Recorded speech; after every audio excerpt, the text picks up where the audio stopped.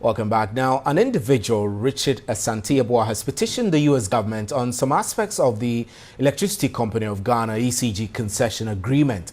Government signed an agreement with the Millennium Development Authority to cede part of ECG to private partners under the Power Compact 2 of the MCC. ECG workers have, however, accused MEDA of acting in bad faith in the process. We're getting on the telephone lines now, Richard Asante-Yeboah, to probe further into these issues. Good evening, sir, and thank you very much for your time. Good evening, Steve. Hello, sir. Good evening, Steve. Yeah, so, good. Viewers. We'd like to hear from you why you have petitioned the U.S. ambassador and U.S. government to look into this deal. My brother, I think this whole arrangement stems from the fact that when you look at the Constitution of Ghana, Article 41, it's sort of emboldening citizens of the Republic to take steps to make sure that properties of the states are indeed taken care of or are protected.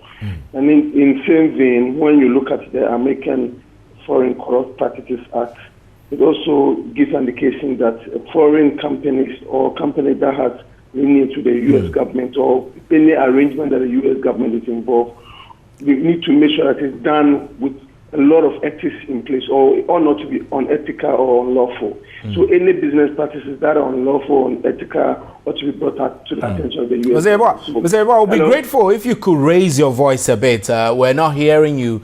Thank you very much. So yes, what I'm saying is that, so looking at the American Foreign Corrupt Practices Act, which also says that all American interests ought to do business ethically. So any American business or interest that perform or do things unethically or unlawfully ought to be brought into the attention of the American government so that the same will be dealt with. So that's what you're doing. And also beyond that, as a citizen of the Republic, when you look at the Constitution of Ghana, Article 41, it mandates or it emboldens citizens of the Republic to do everything humanly possible to protect and preserve the public property. And these are some of the grounds based on which these petitions were made. But number one, let me look at the crux of the whole issue.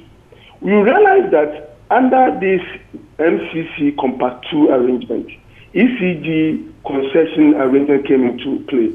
And as you know that, as it stands now, there are two bodies who are busily involved in this whole activities. We are talking about MEDA and IFC.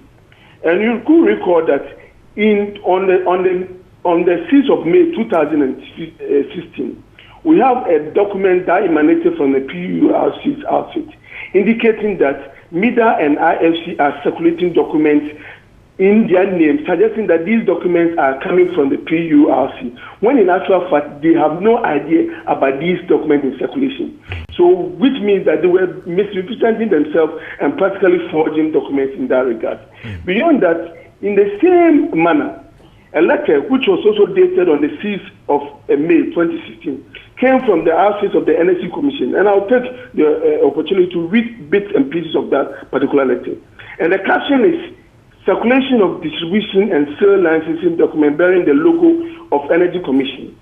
Then it goes further to say that it has come to our notice that the Millennium Development Authority, MEDA, and its consultants, International Finance Corporation, have circulated in electricity distribution and sales licensing document bearing the logo of the Energy Commission.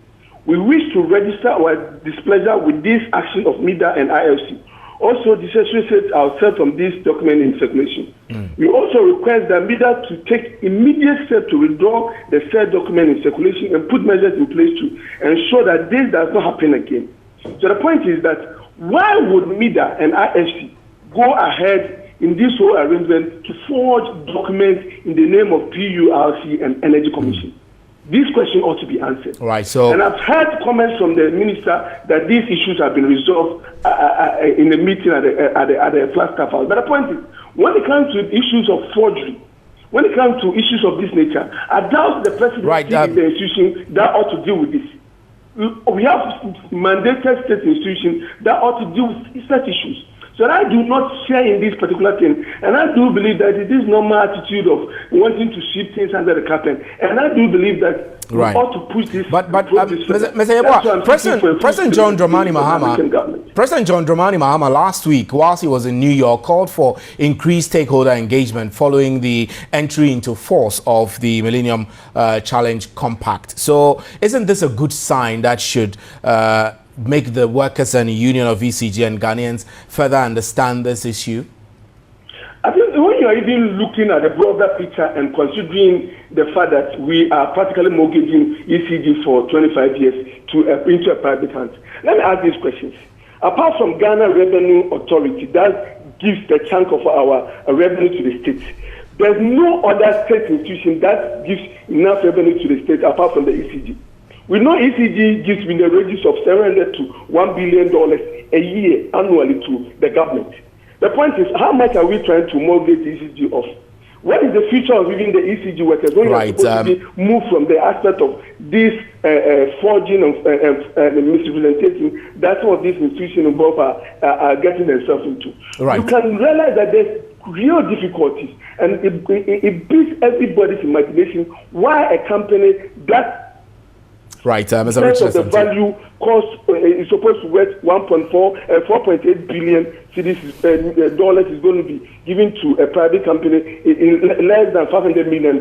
Right, Mr. Santiago, we're grateful for your time. Why any government will want to take this particular action. Mr. Santiago, we're grateful for your time. Thanks very much. Richard Santiago is a Ghanaian citizen who is petitioning the U.S. government through the U.S. Embassy here in Accra. I'm Stephen Enti.